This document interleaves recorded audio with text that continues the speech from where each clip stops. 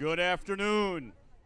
Please welcome to the stage Reverend LaRon Thompson of Passio Baptist Church in Kansas City and Reverend Stephen Green of St. Luke's AME in Harlem, New York City, and co-founder of Faith for Black Lives. How y'all doing today? Welcome to Kansas City, Kansas, Wyandotte County. We're so pleased that you are here. And today we are gathered here to stand for justice. We are gathered here to stand for truth. Here is now, and now is here. The place where accountability must start here in Wyandotte County, right here at the doorsteps of City Hall in Wyandotte County. John 8:32 says, "And you shall know the truth, and the truth shall make you free." And today we're here for freedom. We're here to know the truth about what really happened those years ago with Roger Golubski and all of his partners in crime. Come on, Kansas City, make some noise. No justice. No justice. No justice. All right, Kansas City, we have come all the way from New York City and all across the country and all throughout the world who are watching online so that we can tell the world about the corruption that has been taking place in Kansas City for far too long. In Kansas City, Kansas, for far too long. We know that injustice anywhere is a threat to justice everywhere. And we realize that all the way from Harlem to Kansas City, Kansas, black people have been living under the threat of apartheid and oppression for far too long. And we know it's not just one election that will change it, but it will be the people who will rise up to tear down the walls of authoritarianism and bad policing. So we've come to demand that the Department of Justice would open a pattern and practice investigation. That's the first step, so that we can begin to bring some closure and some healing. But that's not enough. We also have come to reform and to create new forms of public safety. And there also needs to be some reparations for those who have been harmed by the system here in Kansas City, Kansas. Well, amen. So we've come to bless this day. Although it may be chilly and cold here on the outside, we know that our spirits are fired up on the inside. We've been waiting far too long. People have been suffering for far too long.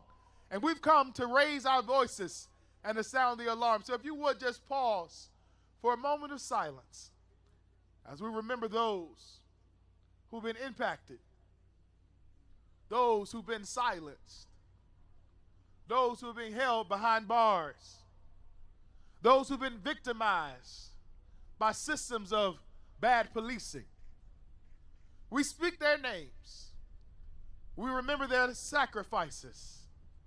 And we believe that it's because of their blood that is crying out from the ground that justice will roll down like waters and righteousness like a mighty stream. Ashe and amen. What do we want? When do we want it? What do we want? When do we want it? Now it's my honor to welcome onto the stage a beautiful singer and a treasured member of our community here in Kansas City, a member of the Midwest Innocence Project, Miss LaQuanda Faye Jacobs.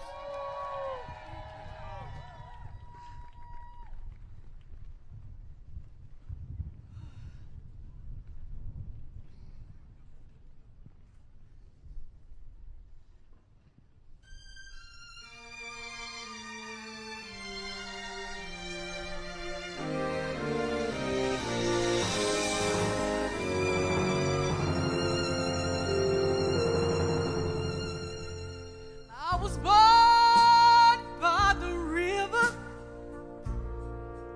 in a little tent, and just like a river, I've been running ever since. It's been a long time coming, but I know a change gonna come.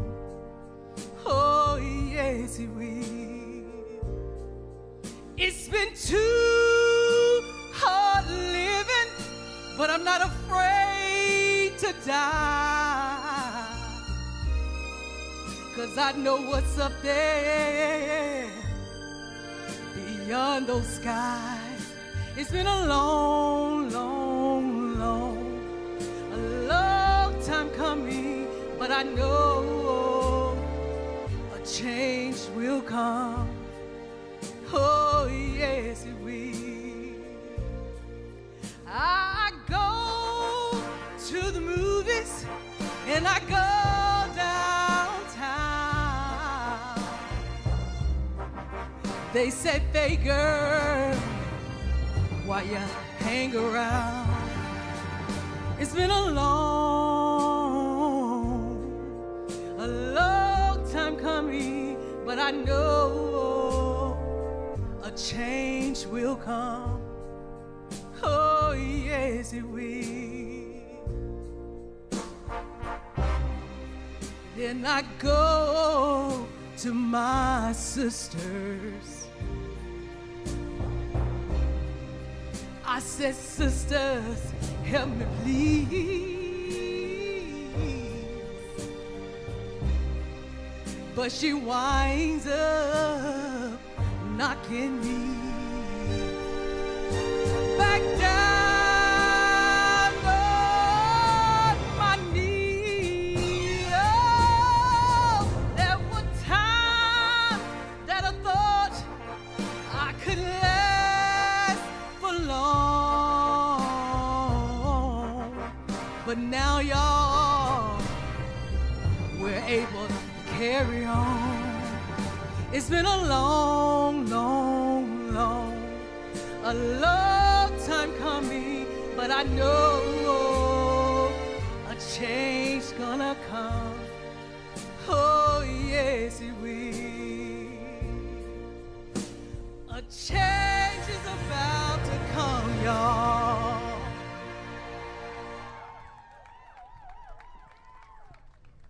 And now, please welcome Trisha Rojo Bushnell of the Midwest Innocence Project and Linda Sarsauer, co-founder of Until Freedom.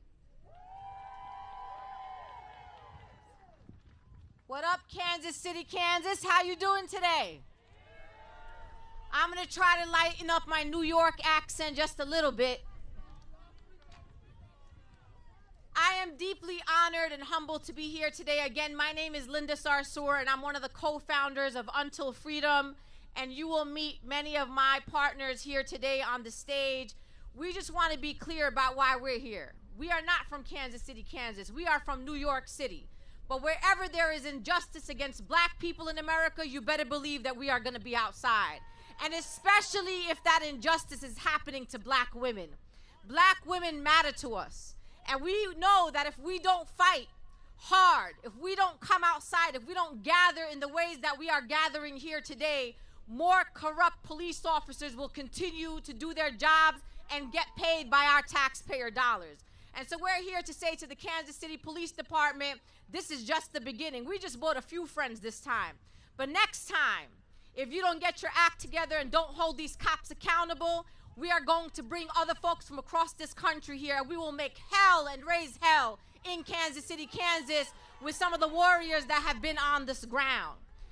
We need the folks here to know that these women who have went through this trauma, their children, their communities, that police officers' job is to protect and serve and not to terrorize our communities. So listen very careful to us, Kansas City, Kansas Police Department, and all those in power that have allowed for this to happen for way too long. So that's what I do for a living, and I'm not ashamed of it. I'm a professional troublemaker, and I will raise hell, and I'm not afraid of cops. I'm not afraid of mayors, presidents. I don't care who you are. If you are in a place of power and you are abusing your power, you're going to find our power, and that is people power. We can't do this work as national leaders without the incredible leadership of local folks in Kansas City, Kansas that have been outside, that have been doing this work, that have been building power, and those directly impacted women that have been telling their stories courageously. So I want to introduce you to my sister Trisha, who's going to let you know a little about more details about where we're at right now and what's going on here in Kansas City, Kansas. Thank you all, and thank you all for being here today to support the community, and particularly the Black women of Kansas City, Kansas, who have made justice and the promise of justice possible. To understand a little bit about when we talk about the misconduct of the Kansas City, Kansas Police Department, we got to go back 5 years. So we got to go back to 2017, when for the first time, the system had to acknowledge the abuse that it had put on the Black women and Black men in this county through the exoneration of Lamont McIntyre. So in 2017, Lamont was exonerated of a double homicide he didn't commit. Instead, a then detective, Roger Golubski, framed Lamont, who was just 17 years old, when Roger Golubski was called to cover up this murder. Why did that happen? Because Detective Golubski had been sexually abusing Black women for over 30 years. And one of those women was Lamont's mother, Rosie McIntyre. And when it happened, she reported him. He continued to terrorize her, and she had to move and change her phone number to get away from him. Shame. Fast forward, when he gets called to cover this murder, he makes a photo array of 5 people. 3 of those people are relatives of Rosie McIntyre. One of them is another individual that had reported him to Internal Affairs.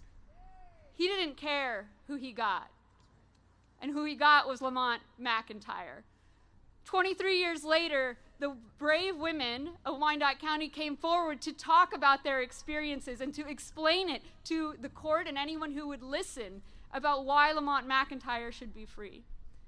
And that was the first step for justice, but it was just the first step, because what we know is that abuses like Roger Golubski's do not happen alone. It is an entire system that has empowered and enabled him. When Roger Golubski was abusing Rosie McIntyre, it was at the police station, and another officer walked inside, saw what was happening, closed the door, and left. When witnesses to the crime, family members of the victims, went to the prosecutor, a woman named Tara Moorhead, and said, "We saw what happened. That's not the person who did it." She sent one of them home and threatened the other and said, "You're going to get up there and say what I tell you to say, or I'm going to take away your children." That is not justice. And what we know is justice demands accountability. Tara Moorhead went on to become a U.S. attorney and is still a U.S. attorney to this day. Shame! Detective Roger Golubski went on to retire and draw his pension. His partner for several of those years went on to become the chief of police, Terry Ziegler. And what we are here today is to say to the women of Wyandotte County, the Black women who have come forward and told their stories, we see you, we hear you, we believe you, and we support you, and we will not stop demanding justice for you and for the whole county until that system is torn down and our vision of justice is enacted. That's right.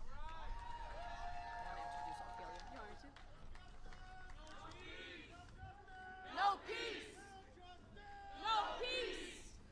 And next, I'm very honored to introduce Ophelia Williams, who is a lifelong Wyandotte County resident and a current justice advocate.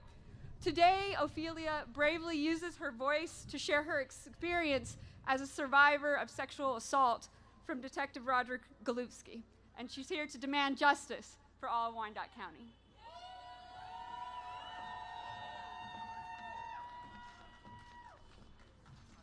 Hello, Just speak a little closer to the mic.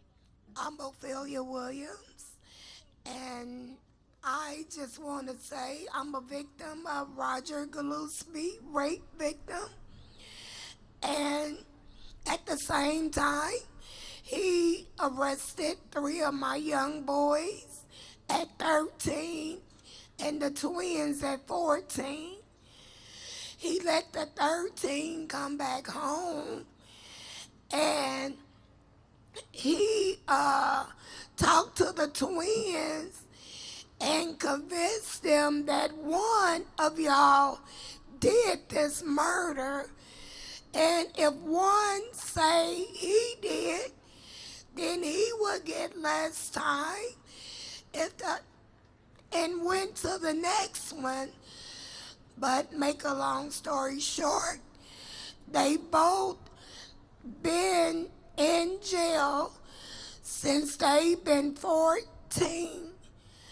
They didn't have a lawyer, and I wasn't there. So they signed their life away to 50 and 100 years. So they are 38 years old now. And you know what I've been having bad dreams about, or maybe good dreams. Back in 2017, I had a massive heart attack. Laying there, I died. But the Lord brought me back for this day to be here to tell my story. Thank you.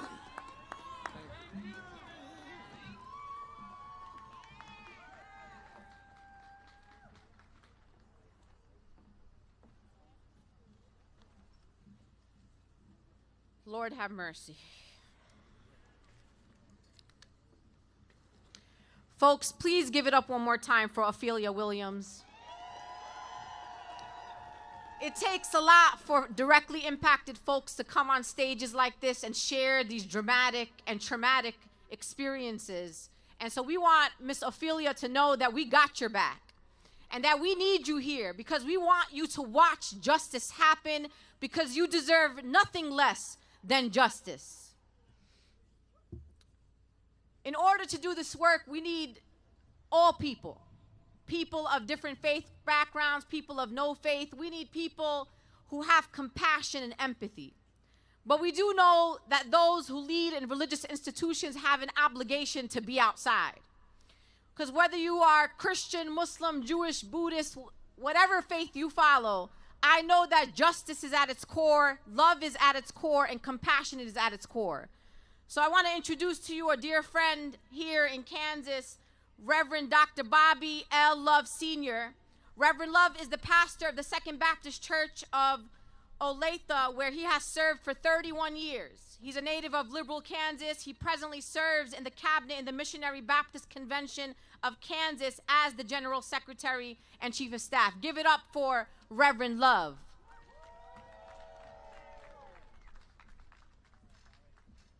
What's up, Kansas City? As she said, my name is Bobby Love. I am the senior pastor of the Second Baptist Church there in Olathe. And among other things, I'm also part of More Squared, organization that's been in this fight with everyone, and also the new organizer for the Kansas Faith and Democracy Table across the state of Kansas.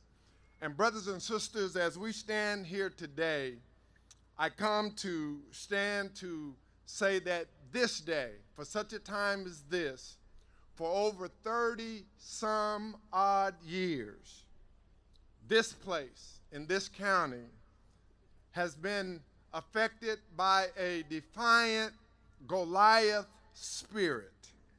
And that spirit has been running rampant, running unchecked, running here in this county, wreaking havoc in our community. But I'm here today with you, standing in solidarity with a David type of a spirit to let all of us know that giants do fall.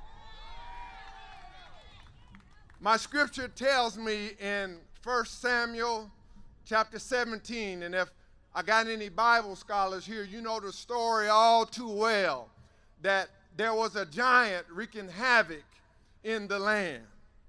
But there was a young brother by the name of David, and David's spirit is with us here today, standing in solidarity with those to let them know that giants do fall. So David was confronted with a giant by the name of Goliath, who came out with a spear, who came out with a sword, and who came out with a shield. And what that indicates to us that these victims was confronted with weapons. These victims was confronted with intimidations, the giant of intimidation, the giants of authority that hid behind the blue shield. But we're standing today in solidarity under the spirit of David to say that we're speaking truth to power, that giants do fall. These individuals stood up with faith, they stood up with the power of prayer, and they stood up with courage to let us know today that together we can say it, that giants do fall. Say it with me, giants do fall. One more time, giants do fall. God bless you and God keep you, and let us keep the fight.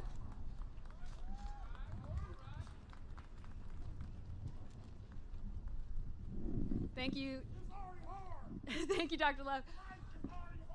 When we want to talk about giants falling, we can talk about some of the first steps we know that have actually happened.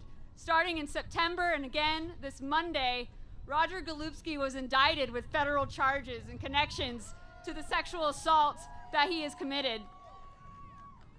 And we know that those giants falling comes with the first step. And as we talked about, I'm very honored to introduce our next speaker, who is part of that first step.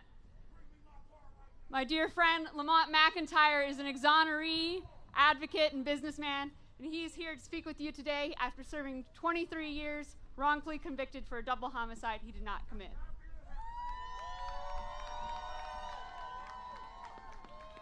Man. Yep. Man. I want to let this be known right now. I'm only here on the behalf of everybody who said they was wrong by this person and by this system and they was ignored. I'm here on the behalf of all y'all. I believed y'all. Didn't nobody believe me? 5 years ago, I was in that building right there in Moore Square, and everybody was out here doing the same thing for me. And had it not been for the voice of my community, I wouldn't even be here. This stuff is serious. When I see this, I walked up and I saw everybody out here. I got goosebumps, man. I started to want to cry, man.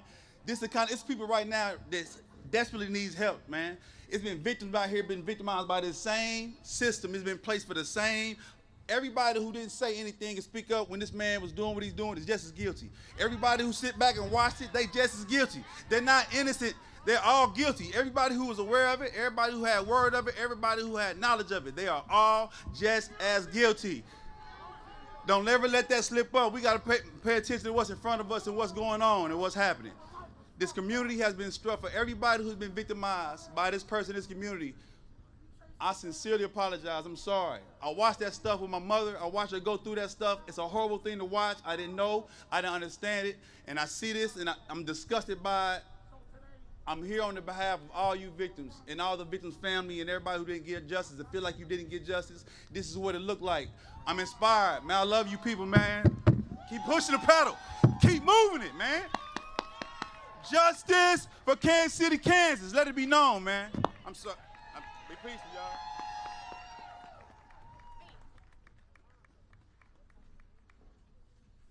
Give it up one more time for Lamont McIntyre. I hope at some point this message, this group does reach those inside who are wrongfully incarcerated. Don't ever lose hope. Don't ever lose hope. One day we hope that you too will be like our brother Lamont McIntyre, and you will be outside and free to be with your family, to be in the spaces that you want. So do not give up hope. When I think about the victims of Golubski, especially the women, we got to remember those in our communities that get up every day and do the hard work to serve sexual assault survivors. That's not easy work. People who take the trauma of others and try to help people to heal. And it is with great pleasure and honor that I introduce to you Olive Webb, who is the crisis line specialist at MOCSA, the Metropolitan Organization to Counter Sexual Assault, where she provides direct services to survivors of sexual violence through the crisis line and in-person advocacy. These are some of the unsung heroes in our community, so give it up one more time for Olive.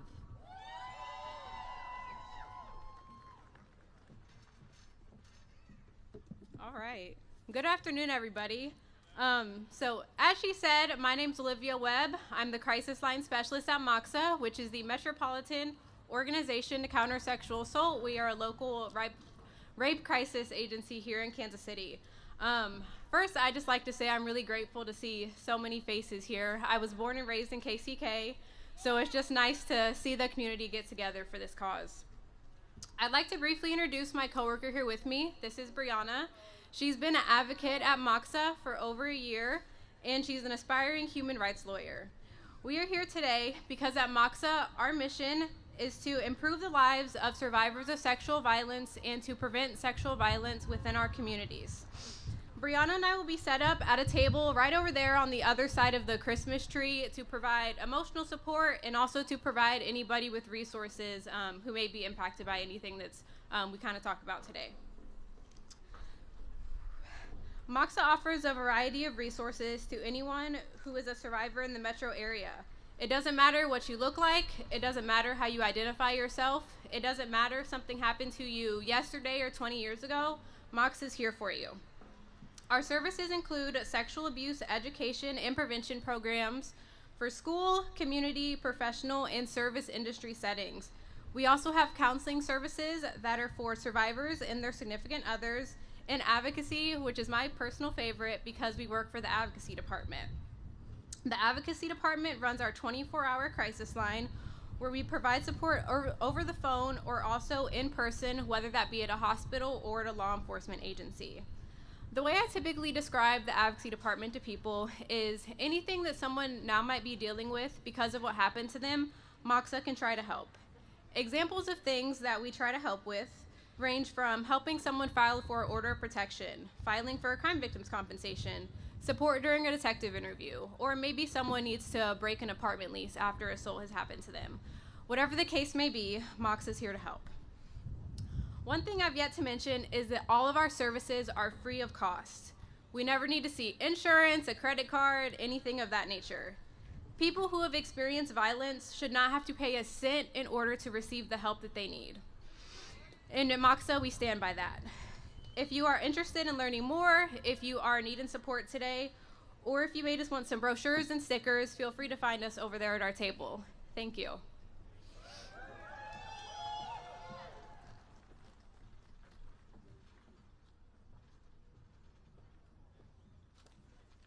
All right, y'all. Part of this work is just as much about the soul as it is about everything else. And with that, I'm very excited to speak to our soul, the local poet and performer, very talented Wyandotte Payne.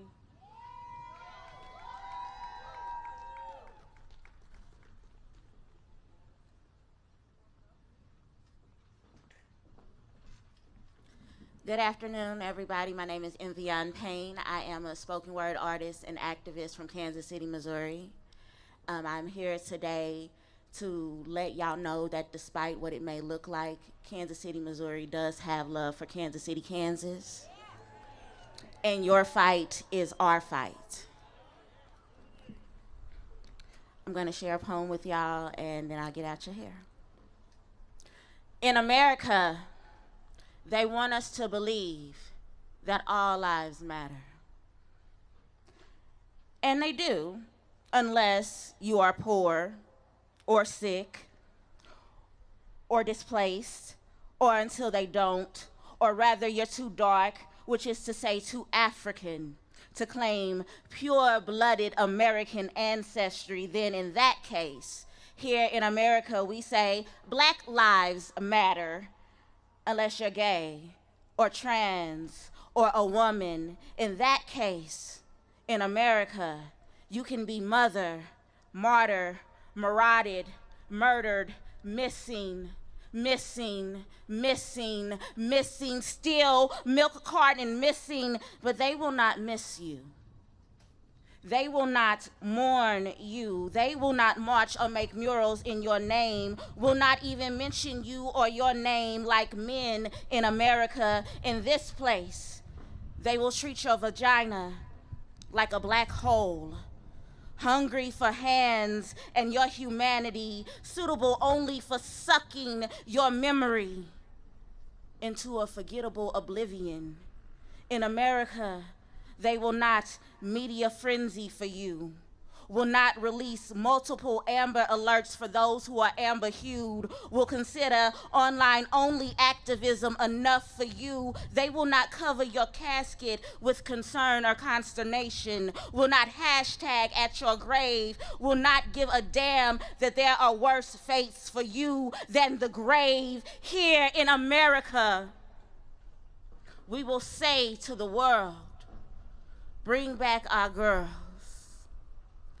as if there were not so many of our girls here in this place that were already lost. Thank you.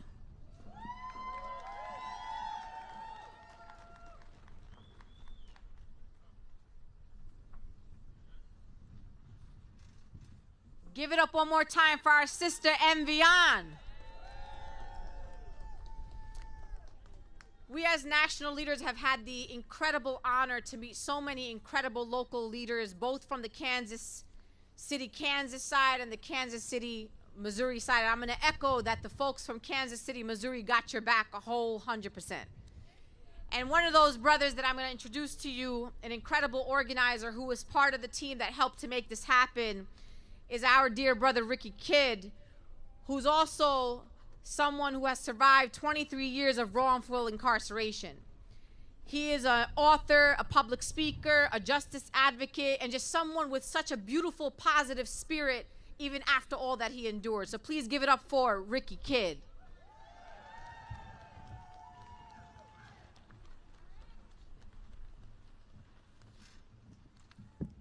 Thank you. Thank you so much. Let's make some noise real quick for justice. As a directly impacted individual who was falsely incarcerated for 23 years, trapped underneath the rubble of a failed criminal legal system, I know all too well the devastation and hurt that has plagued this community when it comes to wrongful convictions. Through my own journey to freedom and justice, I realized that we must summon our spirit of resilience, as well as our willingness to become defiant, to stand up against oppression, and to pull against the chains designed to keep us bound until they break. At the age of 21, when the Kansas City, Missouri Police Department arrested me for 2 counts of first-degree murder and 2 counts of armed criminal actions, I recall them expressing that I had the right to remain silent, to hush myself. And although I understand that it was a part of my Miranda rights, I can't help but wonder if it was also code for be quiet and don't say anything towards the harm that we caused you and your community. But I say to you, although we have the right to remain silent, we also have the freedom to speak loudly, to speak boldly, and to speak collectively. And so I say to you, community of KCK, that we see you, that we hear you, and that we stand together with you. And we also say to the Department of Justice and to the unified government of Wyandotte County that we insist on a pattern practice investigation so that corruption can be ended in this community and so that the healing can begin for the beautiful souls that live inside this community. As we share this space together and as we part on this cold day, might we all remember that the voice of one can be ignored, but not the voices of many. Haki sasa, justice now.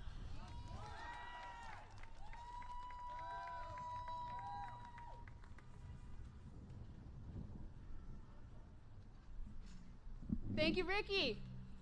Up next, our next speaker is a very dear friend, a board member of More Squared, which is a social justice, religious-based organization here in Kansas City. Edgar Palacio, who is also the executive director and founder of the Latinx Education Collaborative. Come on, Edgar.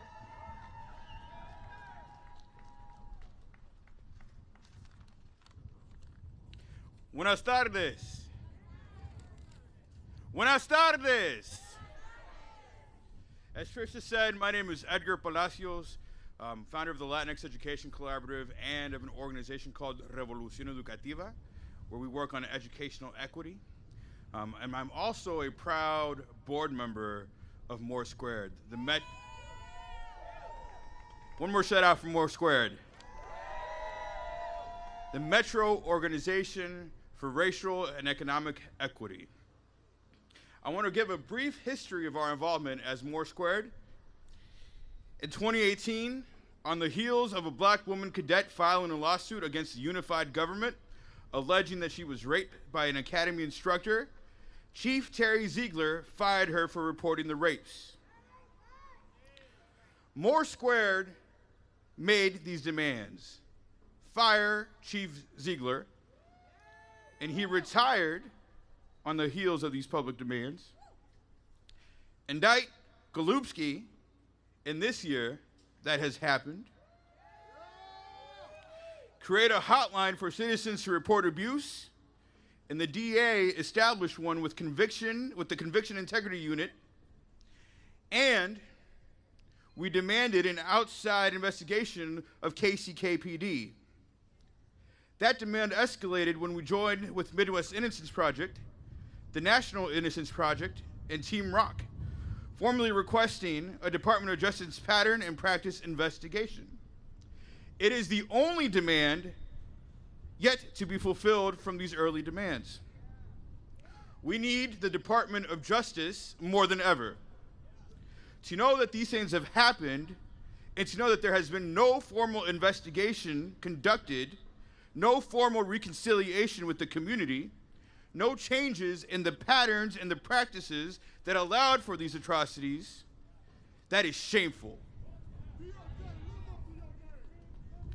But we will not give up until someone intervenes with the system.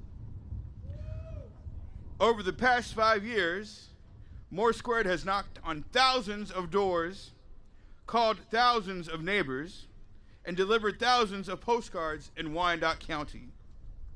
We have hundreds of members who live in Wyandotte County, and we are firmly rooted here. We are not going anywhere. We believe that this investigation will happen, and we will still be here when it does. I know that we have some canvassers out there collecting some petitions. Can you please raise your hands? All right. Make sure to sign that petition, please, so we can demand justice for KCK, because without justice, there will be. Thank you.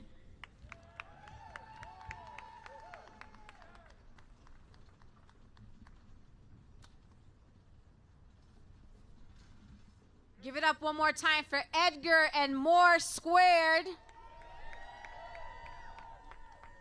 More Squared, this also would not have happened without their incredible work and support. I'd like to introduce to you our next speaker.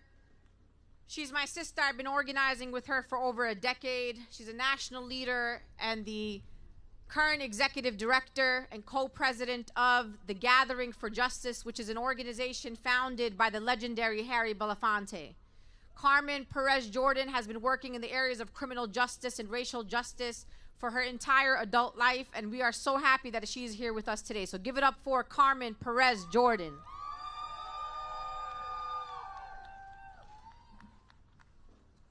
Good afternoon. My name is Carmen Perez Jordan, and I am the proud president and CEO of the Gathering for Justice. First of all, I want to extend my gratitude and recognize Team Rock, who brought this appalling crime to light and filed a petition seeking records from the Kansas City Police Department to unearth a history of officer misconduct.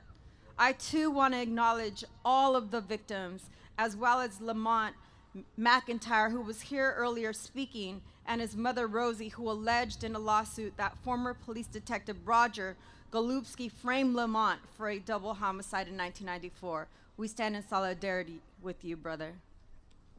today we local and national organizers, faith leaders, and survivors have come together in solidarity to let the world know what happened here in Kansas City, Kansas. Unfortunately, this is not an isolated incident. This type of behavior happens everywhere. We're all connected. The same systems that prey on black and brown women in the Bronx prey on black and brown women in the borders of El Paso, prey on black and brown women right here in Kansas City. As a Chicana feminist and a leader of an organization that fights to hold police accountable and advocates for criminal justice reform, I am outraged that former police detective Roger Golubski was allowed to prey on dozens of black and Latina women with impunity over decades, protected by his fellow officers, his superiors, and this unjust system. This man and the atrocity of his actions, often targeting vulnerable teenagers and mothers, must be held accountable. This arrest is only the first step in repairing the 3 decades of harm to this community.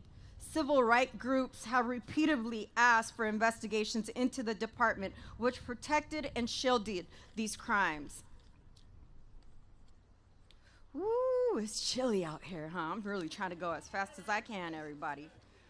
For decades, the Kansas City, Kansas Police Department has neglected to hold any officers accountable or have any transparency around issues of corruption or misconduct. All accusations have gone uninvestigated. After years of demanding records from the Kansas City, Kansas Police Department, the victims have been stonewalled. The department has failed to protect and serve. It has failed the many victims of Roger Golubski, and it has failed in its core mission of public safety. And these are the same police officers that will tell you that those of us that are here today from across the country do not belong here, that we are making trouble and spreading lies. But I am here to tell you that as advocates and civil rights leaders, it is our right to demand justice. We believe the only option left is for the United States Justice Department to open a pattern or practice investigation like the one they opened into Louisville Metro Police Department, which led to the recent indictments of several officers in the killing of Breonna Taylor. And so I'm here standing in solidarity with Kansas City. I am here standing in solidarity with Louisville. I am here standing in solidarity with the Bronx and Oklahoma City. I am standing here with all of you to fight against the brutality and oppression of our people and stand up for transparency and accountability. We're all that we have, remember, but we're all that we need. Thank you.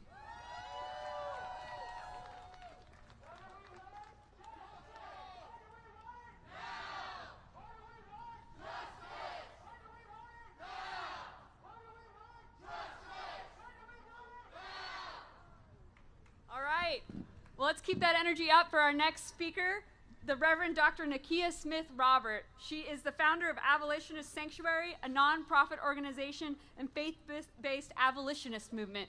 Welcome, Reverend.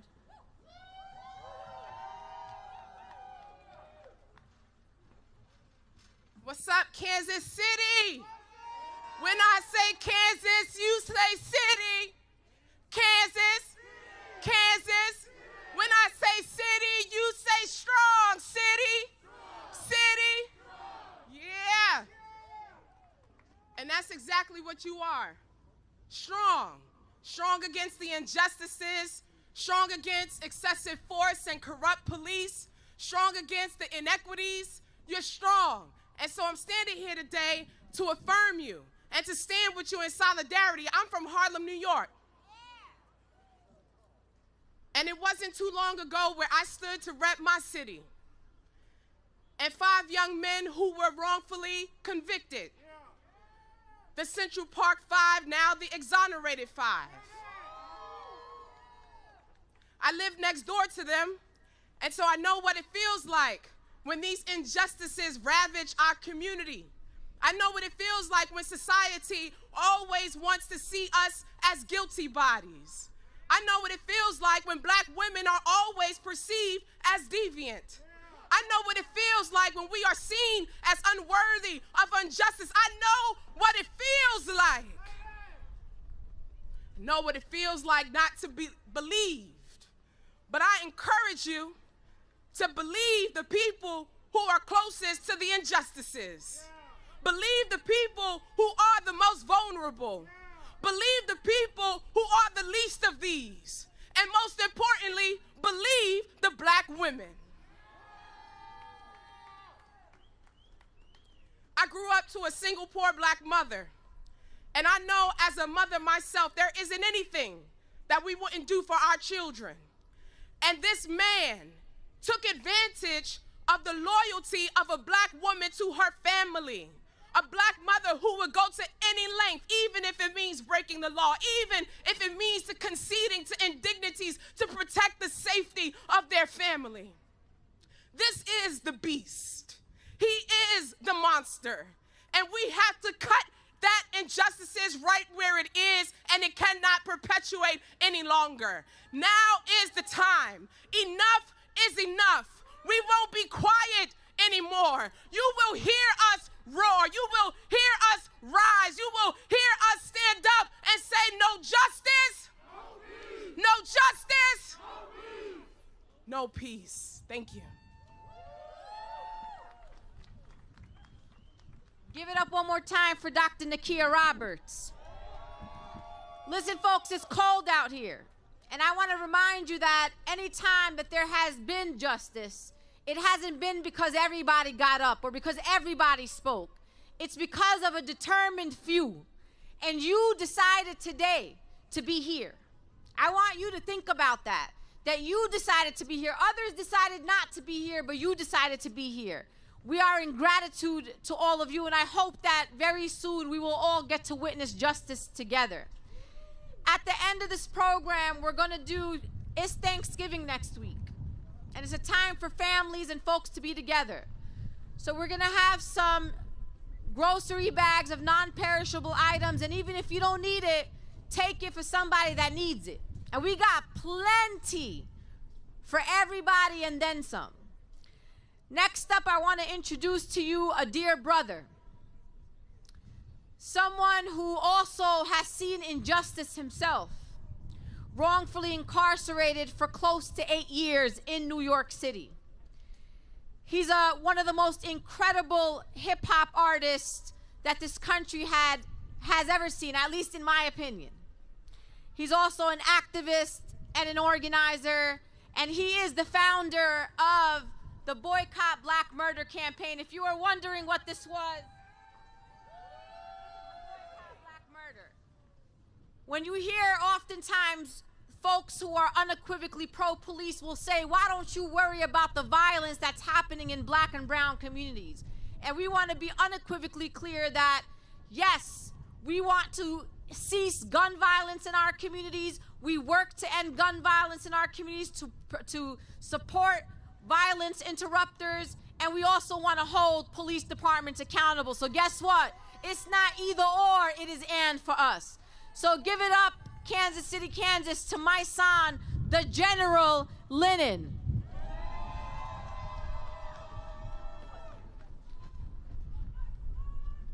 It's not a good afternoon for me, y'all.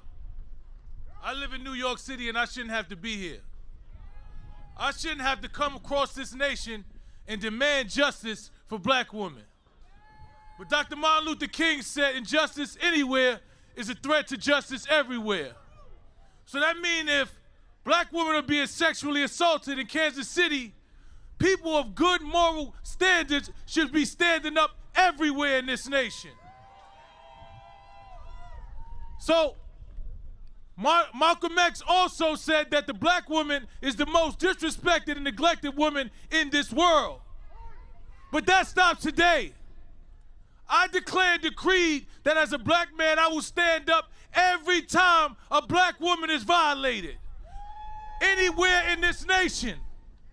As I listened to Miss Ophelia speak, it brought tears to my eyes as I stood next to her, knowing that there was no one there to protect her. There was no one there to protect her children. And as black men, we all should feel like we are failing our women if they don't feel protected. When these men can do anything they want all around this country to black women and they are not protected, us as black men should take it personal. And I am taking it personal. Justice delayed is justice denied. Who arrests the people who are supposed to protect us when they violate us? Who's going to protect us from the police when they are sexually violating black women across this nation? I'm sick and tired of being sick and tired. I should not have to come out my home to demand justice for basic human rights. But I understand that we don't have the right to do nothing. I want y'all to say, I don't have the right to do nothing. I don't have the right to do nothing. I sat and talked with a legend and I eagerly listened. He told me how he marched with Dr. King because he believed in his mission. He invested his money and his time to change our people's conditions, and all I could think as I heard this man speak with conviction is, I don't have the right to do nothing. You see, Harry Belafonte sacrificed for people like me. So if he decided to do nothing, then where would I be? You see, if he was just content with his celebrity status, it wouldn't be an until freedom or Black Lives Matter. So I don't have the right to do nothing because we stand on the shoulders of our elders. We got to continue their fight against this system that failed us. Mr. B tells us, he drills in my mind, you got to carry this torch. You see, this is your time. Injustice is a crime, but it's about execution. Those directly impacted must be the solution. So I don't have the right to do nothing. You see, revolution is a part of evolution. And our forefathers weren't given no restitution. They were given destitution and treatment that's inhumane. So if we ain't part of the solution, how the hell we gonna complain? So I don't have the right to do nothing. I'm on a mission. I'm screaming until they listen. Dr. King died for freedom. I'm carrying on tradition. My people want justice. I'm carrying that petition. Police is out here killing us. We're gonna need some more convictions. Peaceful and passive are not the same thing. Know the difference. We are not supposed to lay down and die with no resistance, so I don't have the right to do nothing. I don't have the right not to fight for my life.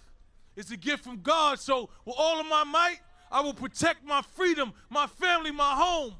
I know y'all gonna fight with me. Y'all ain't gonna leave me alone. So when my feet get weary and I can no longer run, I think about these babies that died by the gun and say, I don't have the right to do nothing. God bless y'all.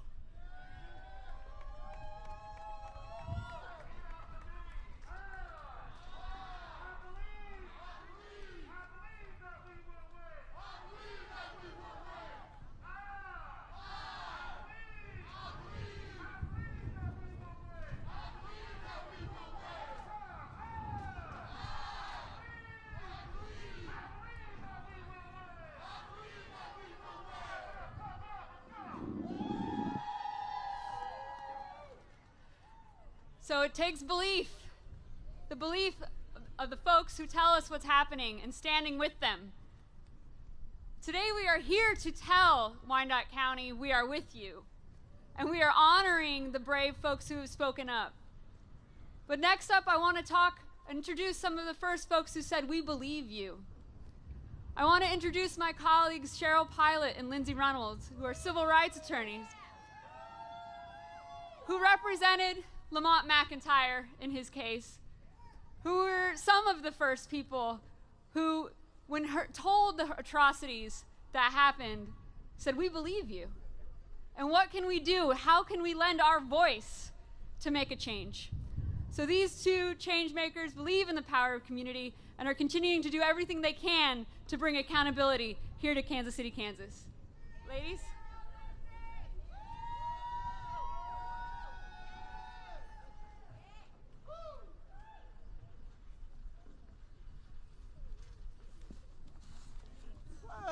Hello. Thank you all for hanging in there because it is getting cold. I also want to say thank you to all of you. Can you hear us okay? We know more than a few of you. We've been in your phones, in your inboxes, in your text messages for years. Hello. And thank you for letting us into your hearts and into your stories, and it's really helped make today possible.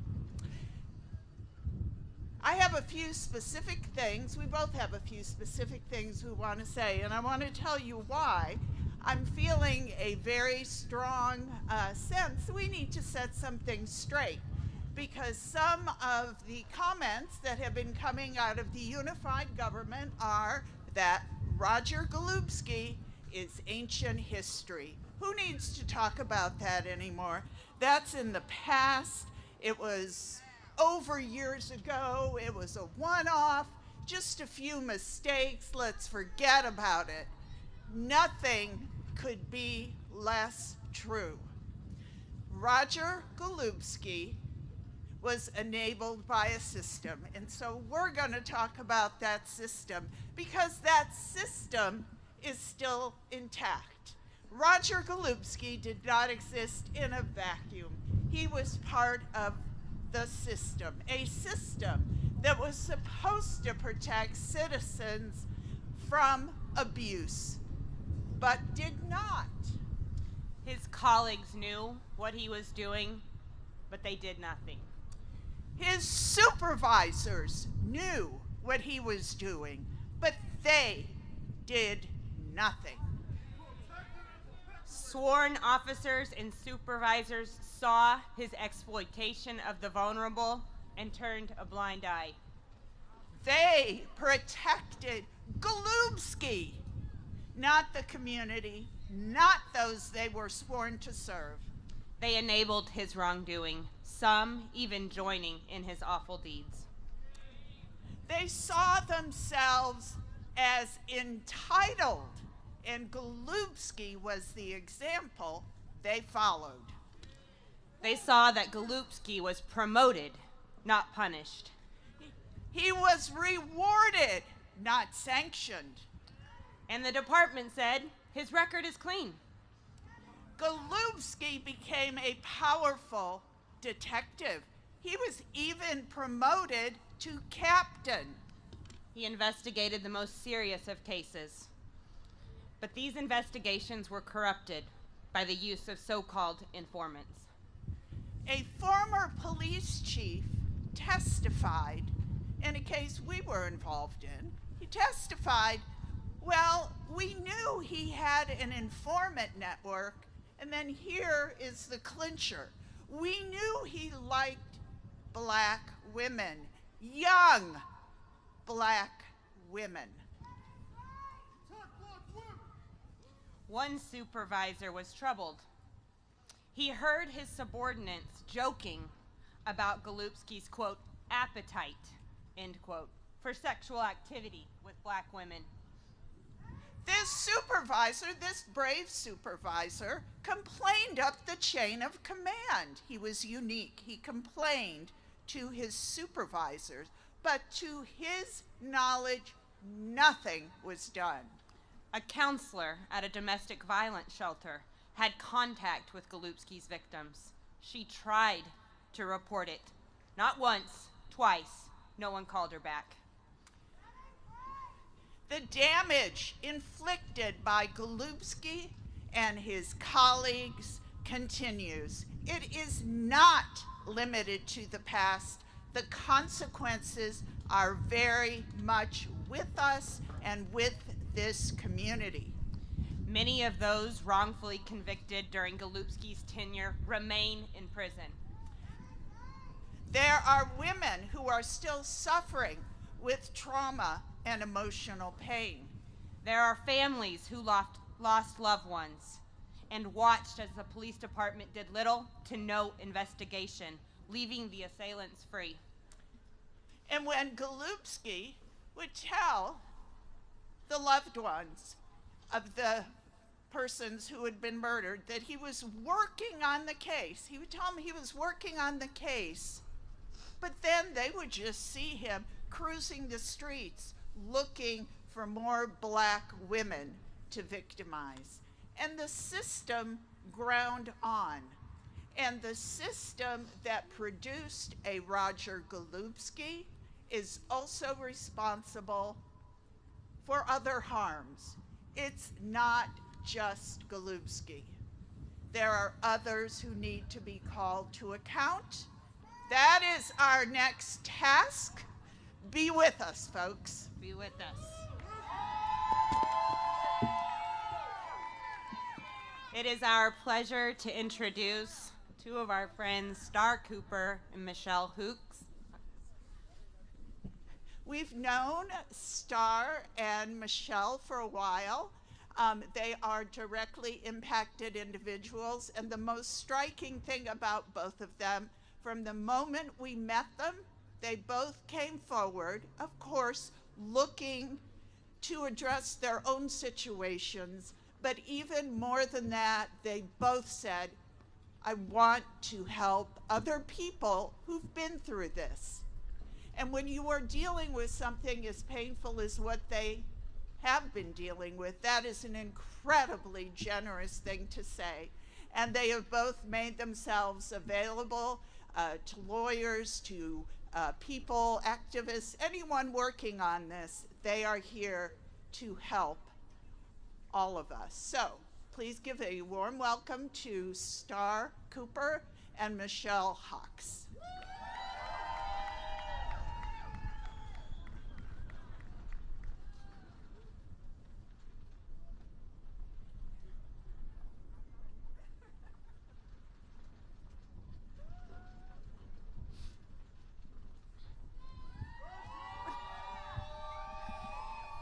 Hey, KCK! Hey. I am the lead organizer for We the Voice.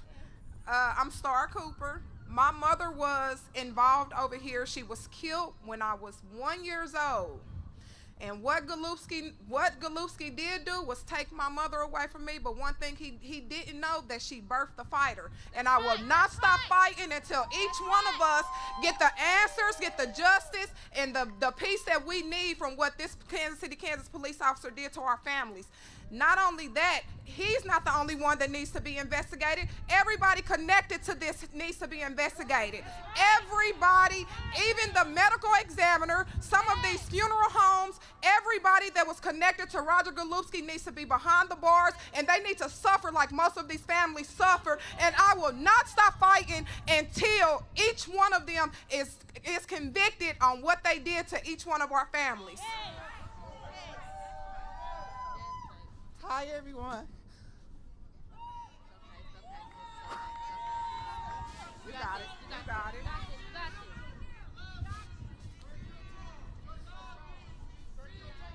Come on, you got it. I am a victim of Roger Golubski. When I grew up, the police used to come to the schools, and we used to call them officer friendly. They used to bring us coloring books. They used to do everything with us. And then in an instant, he changed how I feel and how I always feel about the police. That ain't right. Because they took a job to protect and serve, not harm. And that's all that he has brought to this community is harm and disgrace. And until they change the way they look at black women, black men, Mexican people in general, we will not sit down until everyone is out that penitentiary that do not deserve to be in there. And as we say, no justice, no peace. No justice, no peace. Thank you.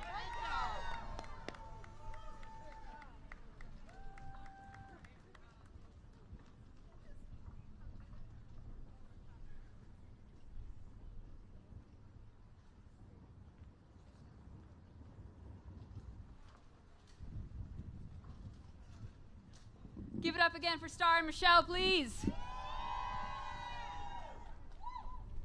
When Star was talking about trying to help all of the other families, for some perspective, we've identified over 30 black women who were murdered and whose deaths were never investigated, who had some sort of connection with Roger Golubski or other officers. It ain't right. And we also know when the problems are this big, it takes every single one of us to fix it. It's going to take every single one of us to dismantle this system and build a better one. And that's why I'm honored today to introduce our next speaker, who came up all the way from Tulsa, Oklahoma. I'm honored to introduce Reverend T. Sheree Amore Dickerson, where she works with the Terrence Crutcher Foundation, which was established in honor of Terrence Crutcher, who was killed by police in 2016. And Reverend Shree also serves as the director of Black Lives Matter in Oklahoma City. Where you at, Oklahoma? Kansas City, Kansas, we want you to know that we stand with you. We will continue to stand with you, and I hope for the few minutes that I share with you today, we come to bring you hope. I want to thank you for allowing us the opportunity to extend support and encouragement from your neighbors, your allies, and your accomplices in Oklahoma. As we stand in collective power, supporting these brave women, survivors, and justice-seeking citizens of Kansas City by demanding justice and supporting the activists, organizers, and advocates that are doing the work day in, day out, boots on the ground, we want to remind you that it is very possible. It is very possible to convict predators, including law enforcement officers, and the crimes that they perpetrate, and the state-sanctioned violence that they found lives brutalized and stolen. Poor folks, queer folks, consistently marginalized, undervalued,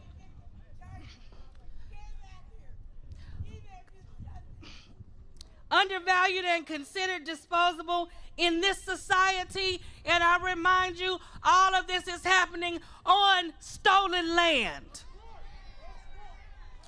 The undercurrent of invisibility allowed a predator with a badge to sexually assault black women in Oklahoma City between December 2013 until June of 2014. His predatory, sexually violent behavior was escalating as he took greater risk, one after the other. The absence of accountability, integrity, and the humanity allows for jaded consciences to saturate spaces and continue stealing lives without remorse. This must stop everywhere. Daniel Holtzclaw made a mistake. He made a mistake with each person, but his last victim, Janie Liggins, she was the one that spoke up first, and she inspired others. To those that we now refer to as Sheroes, the OKC 13+. With their actions, with their courage, with their tenacity, Daniel Holtzclaw in Oklahoma City 7 years ago today, as we stood demanding justice, was convicted, and his sentence was 263 years, where he still stands inside the Oklahoma prison industrial complex system. The east side of Oklahoma City is historically and presently consideredly predominantly black. Incomes levels vary, so the targeting of the poorest and those that are most marginalized is always intentional and methodical. He didn't believe anyone would believe them, but we did. We want to say to our sisters and the citizens of Kansas City, Kansas, we believe you. Do you believe our sisters? Do you believe those that speak for justice? I tell you that we will fight to protect black women at all cost. Because when black women rise, humanity is elevated. We love our mothers. We love our sisters. We love our daughters. We love our friends. We love those that stand with us. So make no mistake, we will continue to scream, fight, stomp, yell, and raise our voices and stand in solidarity until justice is given to our sisters in Kansas City, Kansas, and all of those that deal with the tyranny of state-sanctioned violence across this nation. We want you to know that a life conviction is possible. This fight is not in vain. Continue to press forward. looking out for the person on your left and on your right. Continue supporting your local activists who are on the ground. Make sure that you're also supporting them financially, because the revolution has never been free. Continue to receive assistance and support from national organizers that have extended reach. Most importantly, let the survivors know that we believe you, that we will fight for you, and even on the days that you can't, we will. Take care of yourselves with love and power. I leave you, as Oklahoma says, we believe you. We are with you. And let justice reign. I stand proxy for my sister, Dr. Tiffany Crutcher, also, who is the executive director and founder of the Terrence Crutcher Foundation. I am very privileged to stand by Terrence Crutcher Jr. Also mention that Reverend Joy Crutcher, the father of this amazing legacies, is in the presence with us. And I also stand with Grace Franklin of OKC Artists for Justice, who led the successful campaign against Daniel Holclaw with the OKC 13. Let justice reign. Ashe.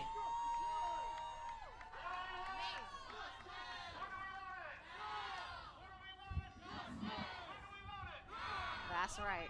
Justice! Now! No peace! No peace! No peace! No peace! No peace! No peace! No peace! That's always my favorite guy at every rally, because I need you to keep us warm. Everybody's like, how do I keep talking up here? I'm hot-blooded. My blood's boiling inside, so that's why I'm not cold. I want to give 2 shout-outs to folks who are here with us, and I just learned a fact today that I didn't know before. We are joined here today by our pastor from New York City, actually, to be more clear, Brooklyn, New York, Dr. Adolphus Lacey, who I come to find out is from Kansas City. So give it up for Dr. and Reverend Adolphus Lacey, who's here with us from Brooklyn, New York, but he's actually also a part of your community. And I want to say a shout out to a woman here who thinks that she's behind the scenes and does all the behind the scenes things, and I always appreciate her for doing that, but she deserves a shout out. Give it up for Danya Diaz from Team Rock. She's doing that New York thing where it's like, girl, don't be doing that. We almost towards the finish line because we left some very powerful people, and you are all in for a treat. You know, not only do we need our faith leaders and those influencers on the front lines, we also want our influencers and those who are artists and people with platforms to come out to the community and say, we too believe you, we too stand with you. And there is a sister, she is a lyricist, she is a lyrical master of our generation, who anytime we pick up the phone and call her and say there is an injustice, she asks us, where is it and when is it? And I will be there. So it is my honor to introduce to you none other than Rhapsody, a multi-Grammy nominated Jamla and Rock Nation recording artist with some of the best bars in the rap game. She's an activist and she is always outside for our people. Give it up for Rhapsody. How y'all doing today? It's cold, but it's nowhere near cold as it has been and what's been done to y'all, so I'm happy to be here. I'm here today to stand in solidarity with and show love to this community, especially to the black children and women of Kansas City, Kansas, who have been most harmed by the KCKPD. You should know that from Tulsa to North Carolina, excuse me,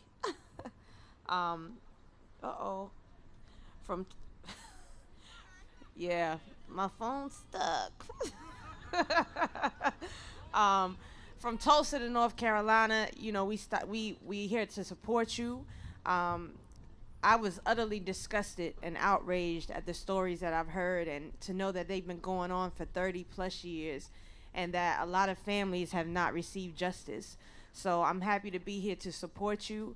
In the words of one of the most legendary artists of our time, Bob Marley, he says, if you're the big, big tree, then we are the small, small axes here to cut you down. So I'd like to say that, again, I'm here to stand with you, to be a voice for you, to use my platform to tell your story, to amplify your voices so you receive justice. And I will be one of the small axes here to help cut that big tree of corruption and misconduct down. I love you. Thank you for having me. And no justice? Thank you.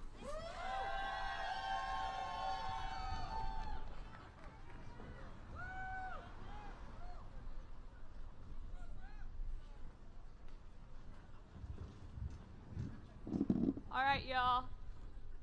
Next up, I want you to show some love for Miss Ellen Betts from here in Kansas City, Kansas. For over 25 years, Miss Betts has been fighting for justice for her son, Brian Betts, and her nephew, Celeste McKinney, who were wrongfully convicted of crimes they did not commit.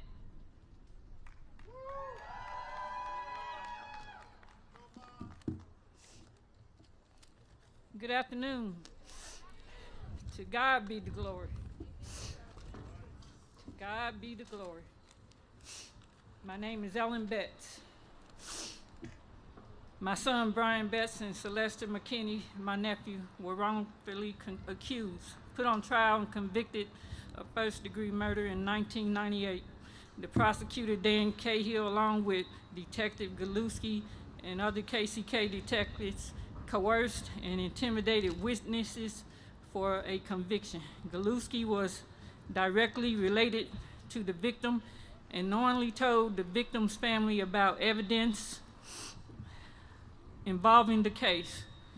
He preyed on this community for over 30 years and used this power that he had as a detective to destroy families and communities. I am here representing my son Brian Betts and my nephew Celeste McKinney, along with the Wyandotte County community.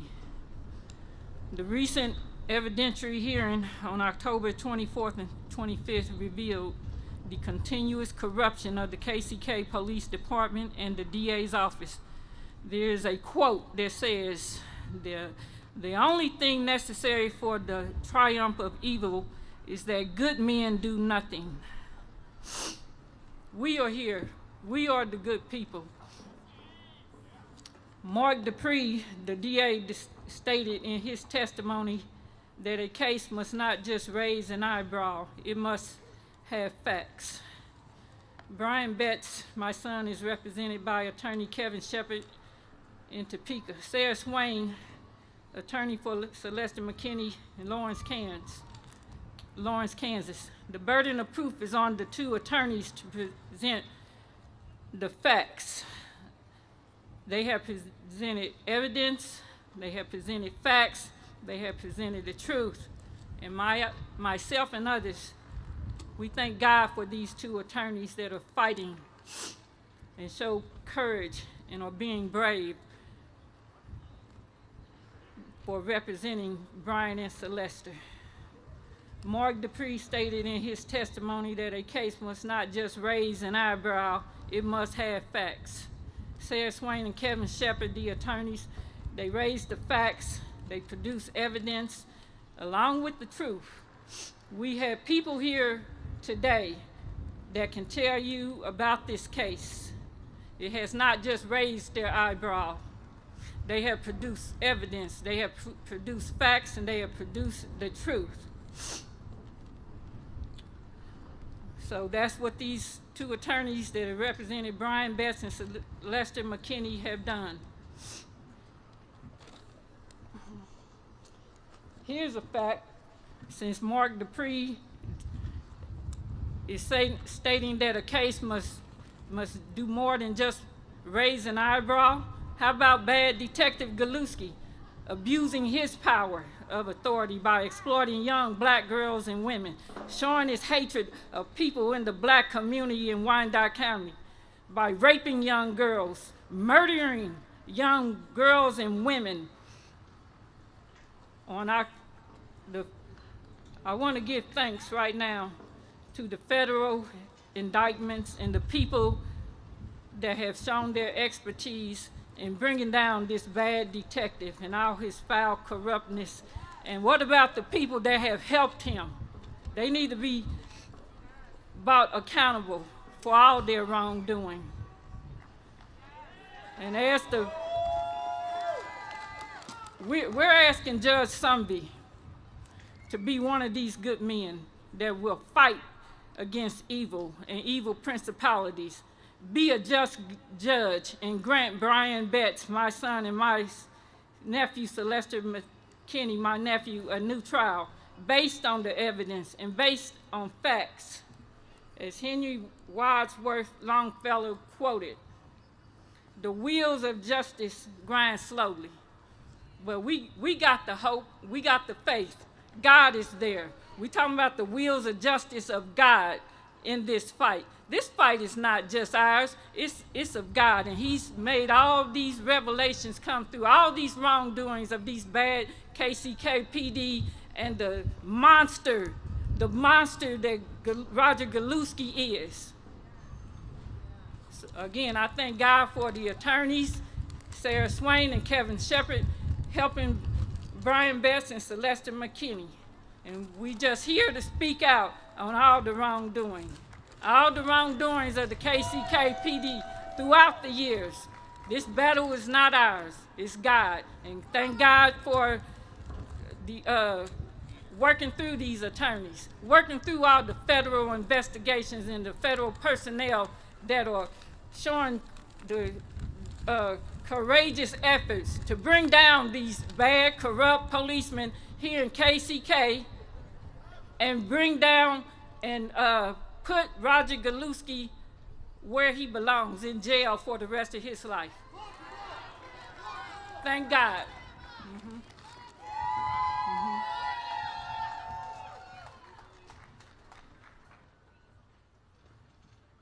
Thank you so much, Miss Ellen. I know it's getting cold and it's getting late, but let's give her a little more energy, a little more thank you for Miss Ellen. All right. Next up, we have another amazing Kansas City advocate, Justice Gadsden.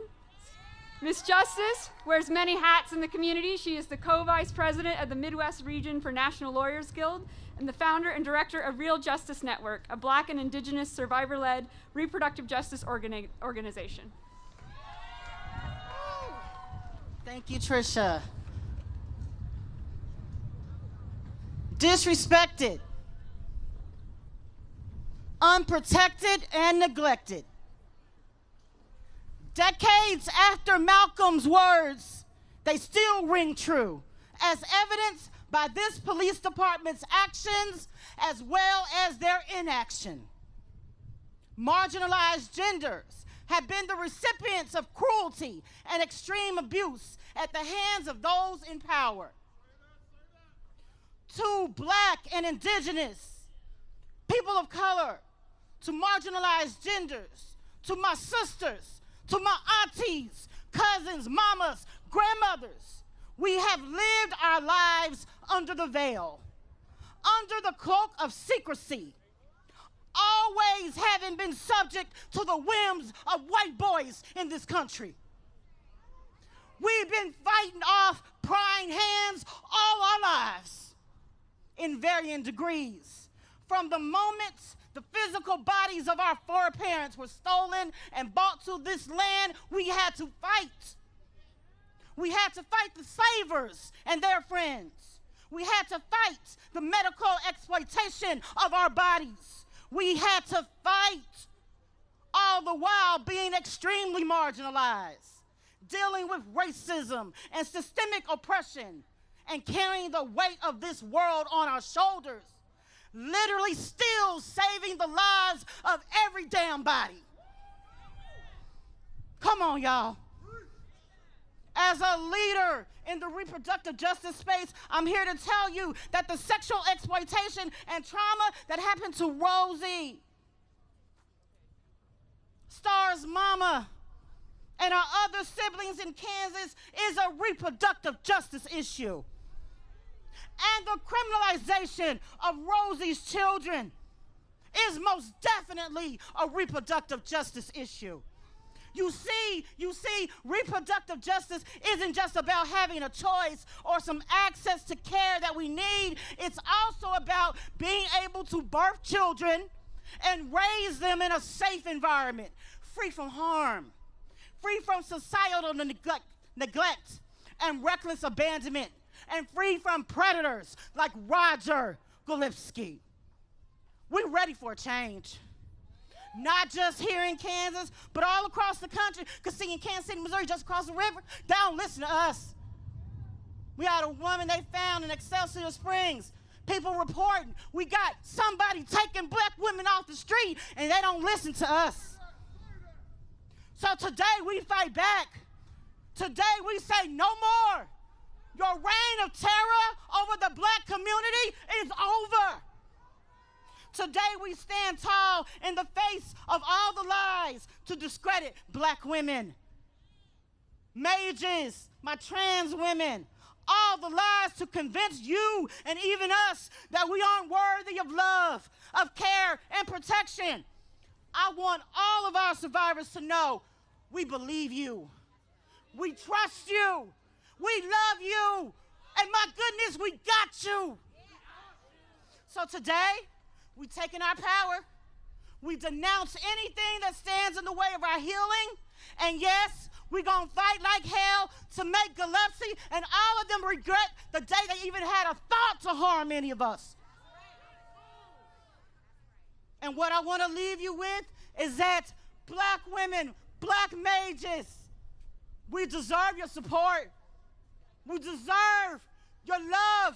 And damn it, we deserve your protection. Thank you.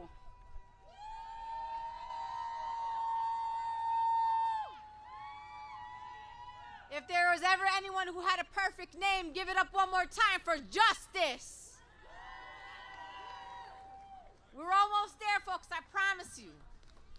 I want you to give it up to my two other fellow co-founders of Until Freedom, Angelo Pinto Esquire, who's an organizer and a movement lawyer and currently activist in residence at Yale University.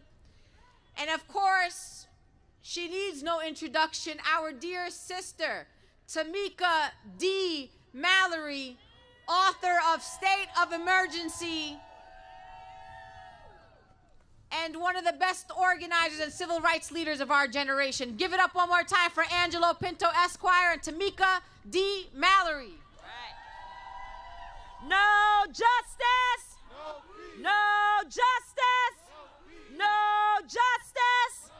No justice! And if there ain't gonna be no justice, there ain't gonna be no damn peace.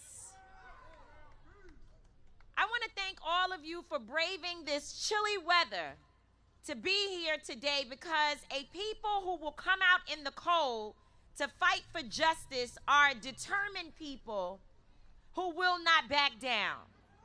We didn't come all the way from New York City for the folks who are unwilling to stand up in this city for themselves. We came to stand with you. We came to uplift you. We came to let you know that people all over this nation believe that the folks in Kansas City, Kansas deserve justice. Do you believe that the people of Kansas City, Kansas deserve justice? At Until Freedom, we believe that love is light and that light is love. And we believe in shining light in dark places. What has been happening in Kansas City, Kansas is darkness. And we showed up from all over this nation to bring the light. Whenever there is a community going through what you all have endured, it is our obligation to uplift your voices and to ensure that the entire nation is uncomfortable until justice is done. But justice is not just a few officers committing heinous crimes. Justice is an entire damn police department knowing about it and not doing anything to stop it. Justice is not just a few women being harmed, but it's trumped up charges on their family members and their leadership in this city doing nothing about it. We came not just because we want a few officers indicted. We are appreciative that the Department of Justice has said Kansas City, Kansas is a top priority. And they, of course, we know, issued those indictments and are making sure that the charges of sex trafficking has been added, and that is a good thing. But what we want from the Department of Justice is a little bit more. If it is their top priority, and we appreciate them for doing this work, we know what the Department of Justice of this administration has been doing across this nation. And so we believe, brother, we believe. But we want the entire police department looked at from the top to the bottom, and anyone who knew about it, anyone who is involved, they need to be tried the same way that they try brothers and sisters that look like us every single day. How dare you be a department that is supposed to stand and call itself law enforcement, and yet you don't know the law yourself?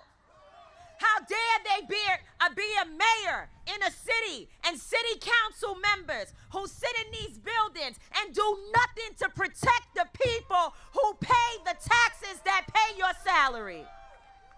We believe that more will be done, and we will continue to come here to this city until it happens.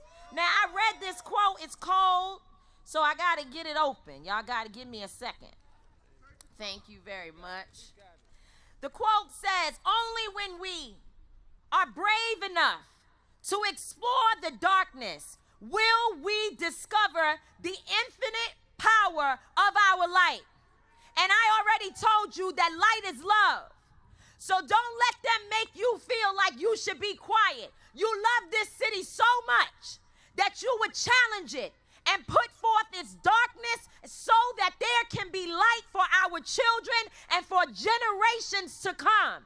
If we don't stop it in Kansas City, it will happen all over this nation, and we are here to raise the voices of Breonna Taylor, of George Floyd, and so many others who have been taken out by a racist system that continues to kill and harm our people. No justice, brothers and sisters. Don't back down. Be bold and be the light.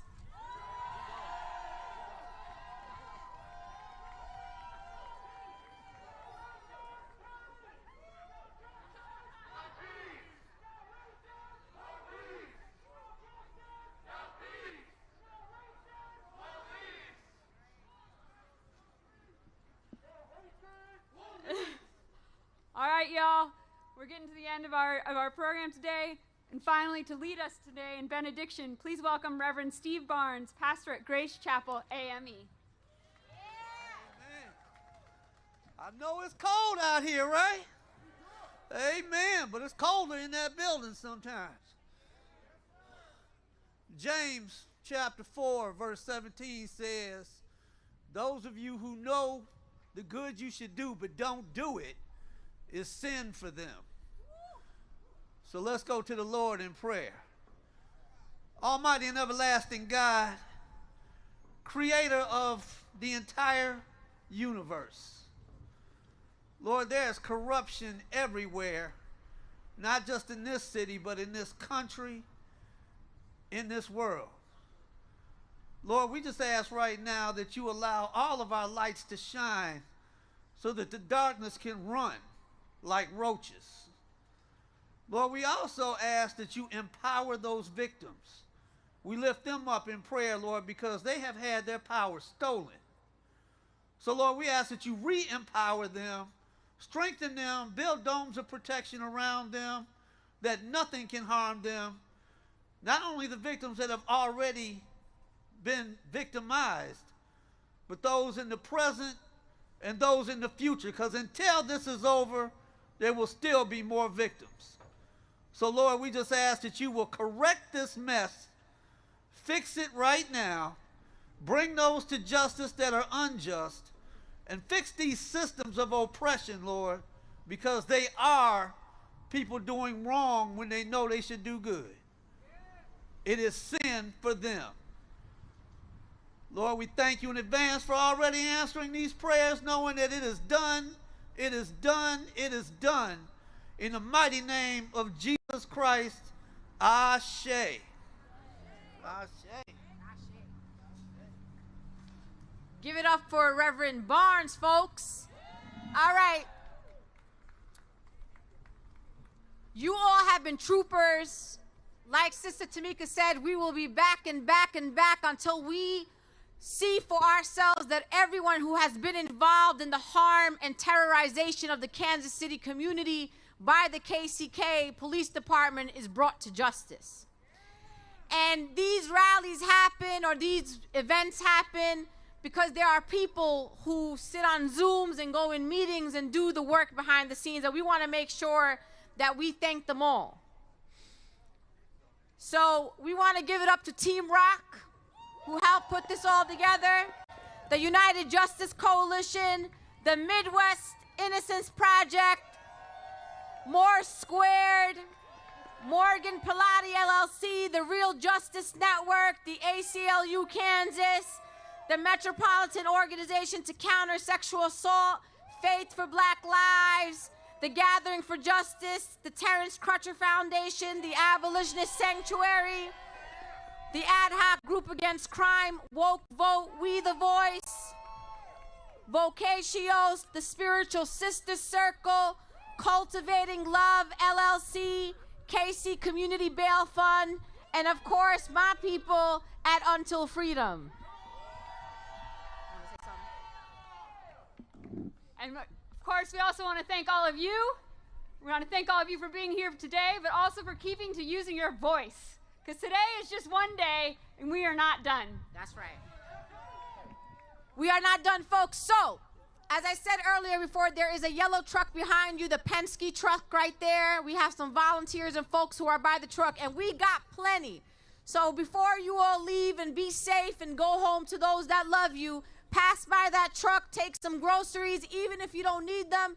Take some groceries for a neighbor. Take some groceries for someone in your community that needs it. But please, go over to the Penske truck, and we will see you next time.